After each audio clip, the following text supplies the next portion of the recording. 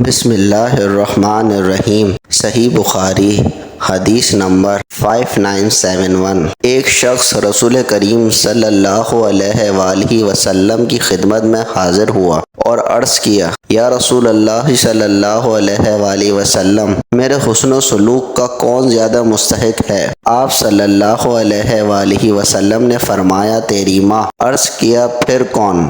آپ صلی اللہ علیہ وآلہ وسلم نے فرمایا، تیری ماں۔ پوچھا، پھر کون؟ آپ صلی اللہ علیہ وآلہ وسلم نے فرمایا، تیری ماں۔ پوچھا، پھر کون؟ آپ صلی اللہ علیہ وآلہ وسلم نے فرمایا، تیرا باپ۔